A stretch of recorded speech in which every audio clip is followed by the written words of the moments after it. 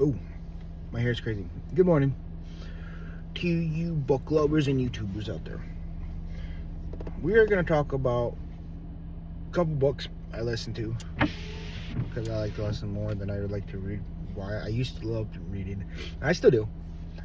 Listening to them makes it more interesting because I can listen to it while I'm at work.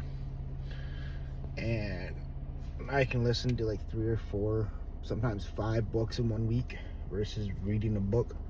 But like the one I'm about to read a chapter for you guys, I've had this for almost a month now. And I should have got it done quicker, but keep on forgetting to read you guys. And there's like only a few chapters, like I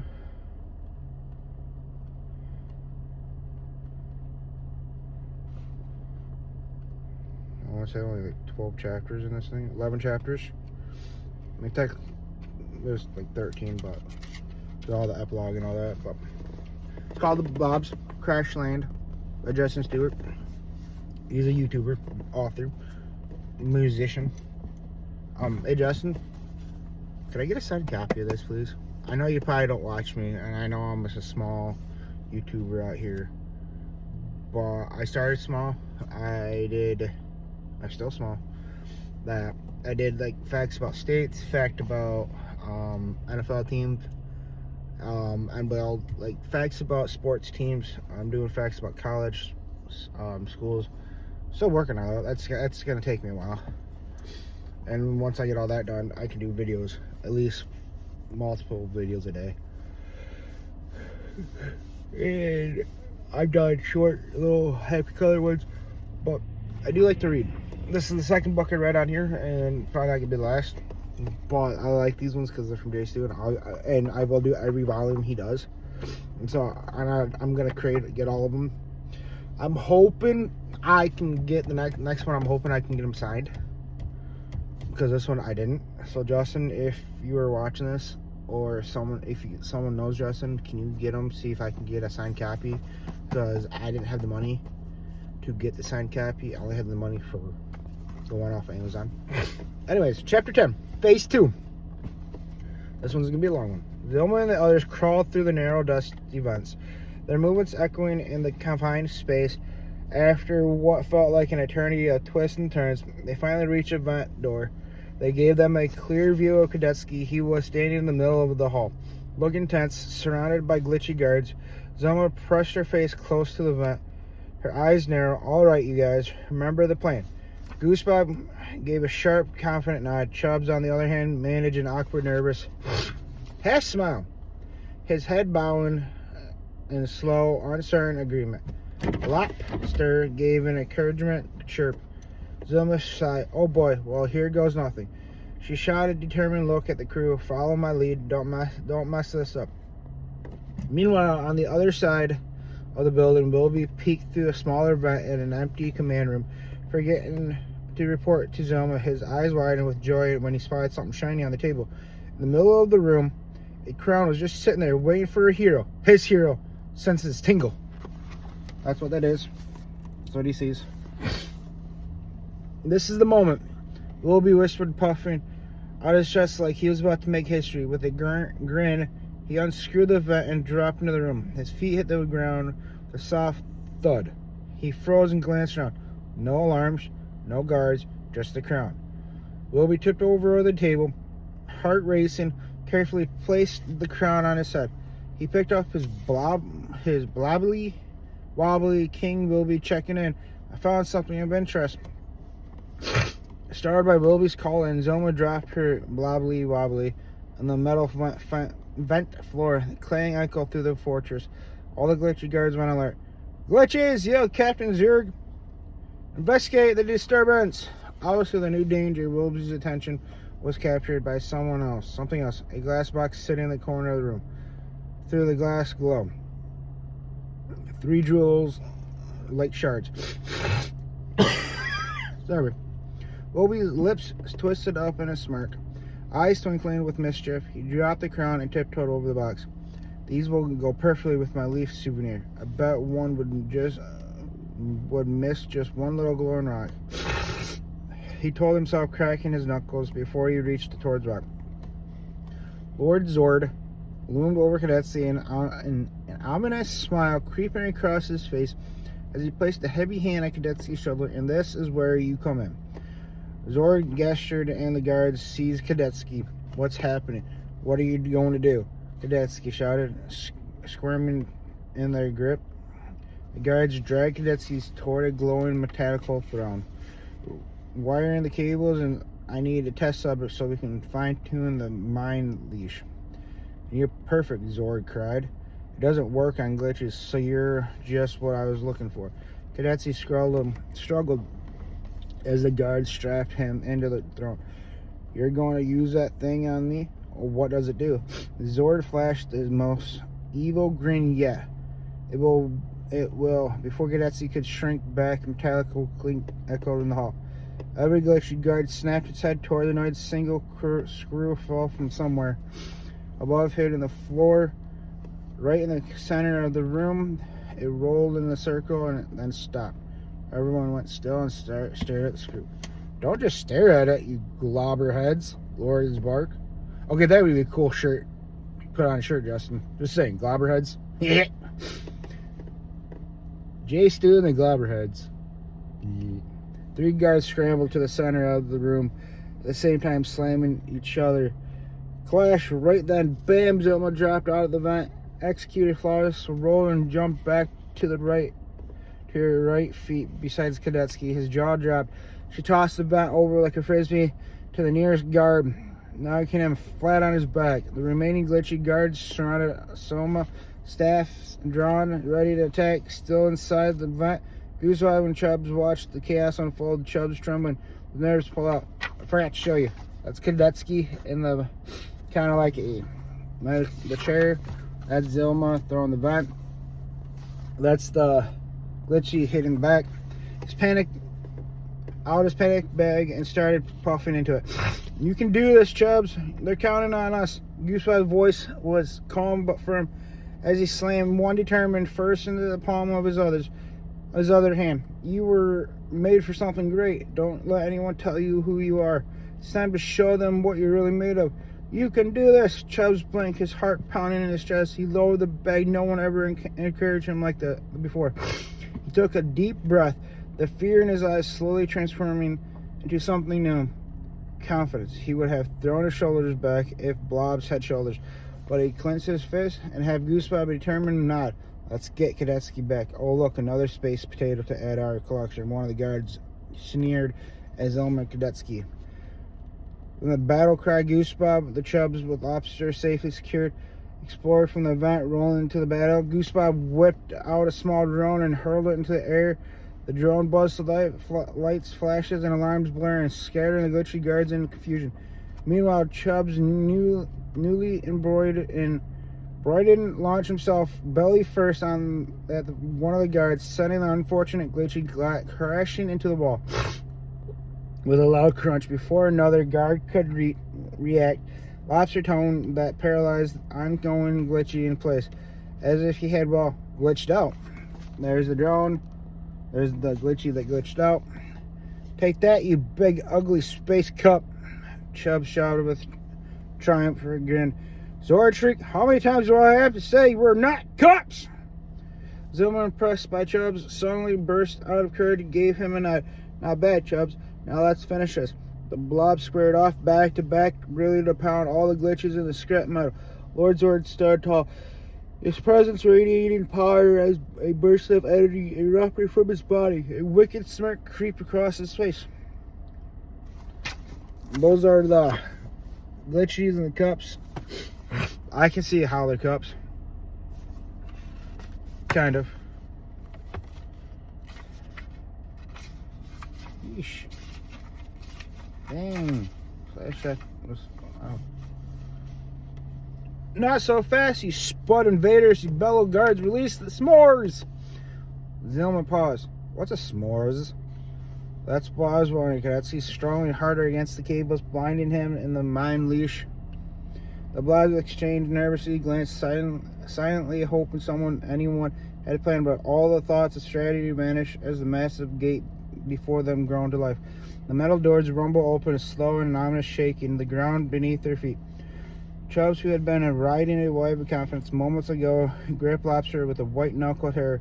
His heart pounded as he stared at the massive silhouette emerging from the darkness. Whatever was behind the gate was going to be like nothing he had ever seen before. The figure loomed large at first, his towering shadow stretches across the entire chamber floor. But as the figure stepped into the flickering light, it became smaller. The closer it got, the less intimidated it seemed. Finally, the figure fully emerged into the room, revealing a glitchy bearing a plate. In the center of the plate was a s'more, a Bartholomew sandwich between chocolate and a graham crackers. Goosebumps started at the plate in confusion. Wait, what? Oh, I know what this is, Kadeshi said. He even a sigh of relief from where he was standing and bound to the mind leash. I've seen him do this already. Don't worry about it. But Zord smirked and pointed his staff at the s'more, streaking it with a blast of lightning with powerful doomskull. It's really silly, actually. Kadeshi reassured Chubbs, who had that. That's the s'mores.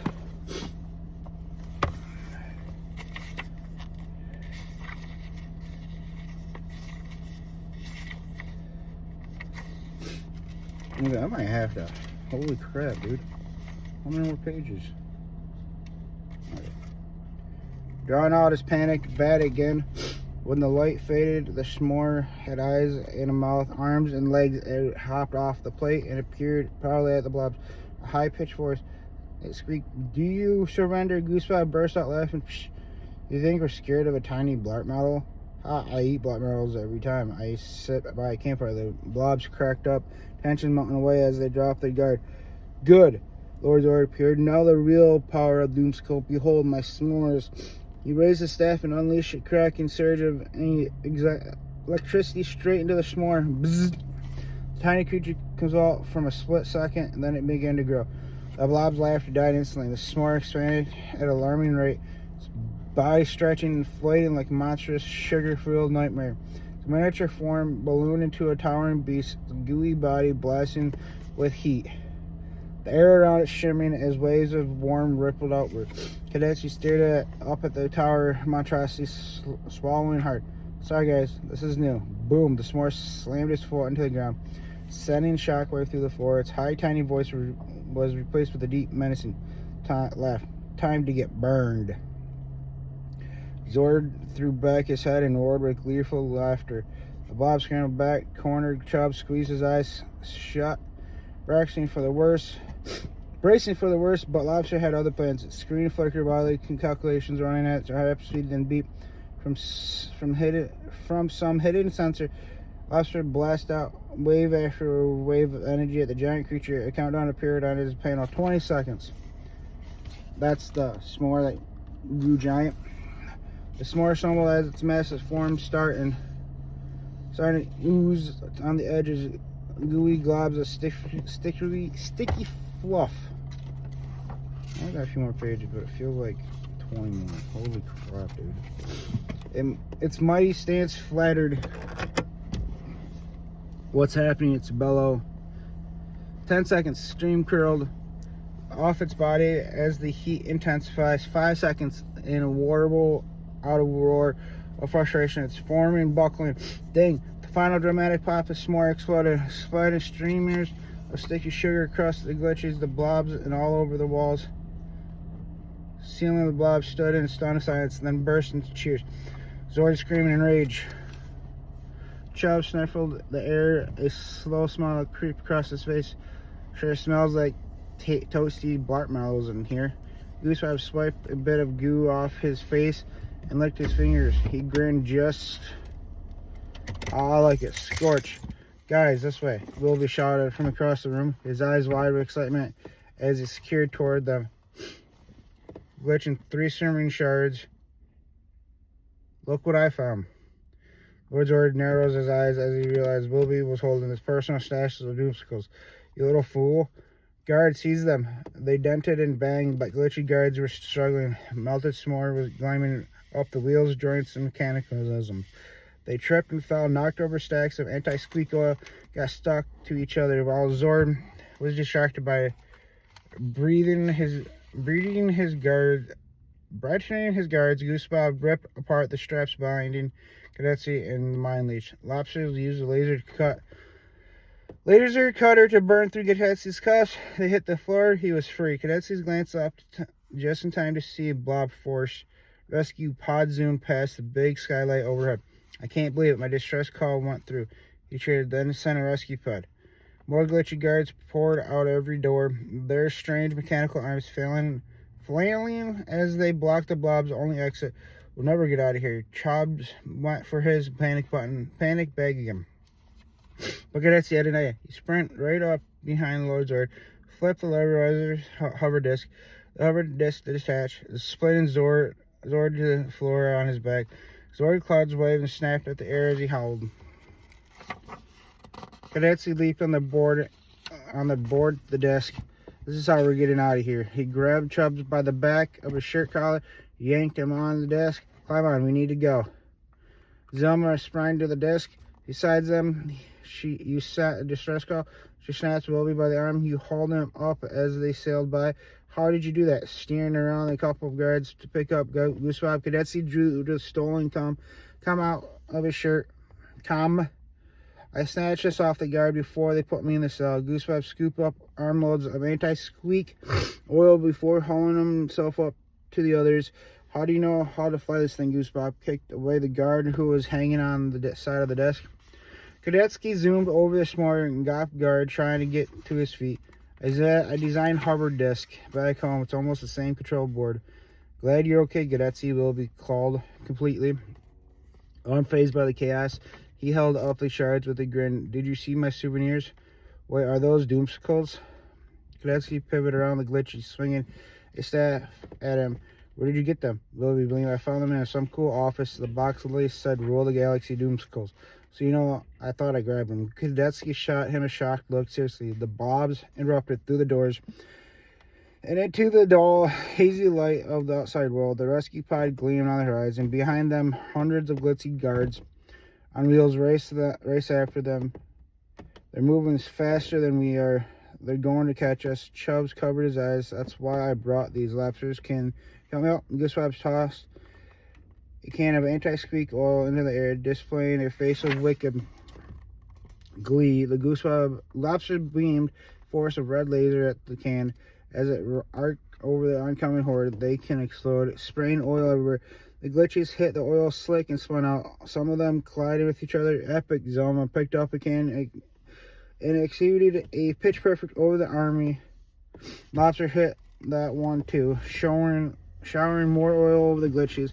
The sea of metallical figures fell into chaos and confusion after they explode and rained down on them. The Blobs cheered in victory. Good work, everyone. Cadetsy high-fived the others. But then on top of the fortress, while a guard pressed the power button, a massive beam weapon labeled electrical shockwave cannon. It hummed to the life with dangerous energies. The Blobs glued the walls in panic. They're gonna shoot at us, Goose Bob cried. Can you make this thing go any faster? Cadetsy tilted forward to give the disc a new burst of speed. He didn't know Chubbs was leaning sideways on the desk, reaching for the bubble plant. As they sailed past, Chubbs lost his balance and rolled off the disc. That's the cannon, and that's Chubbs. Alright, that's a long one. I was going to talk about more books. Look for that video soon. You have a good one.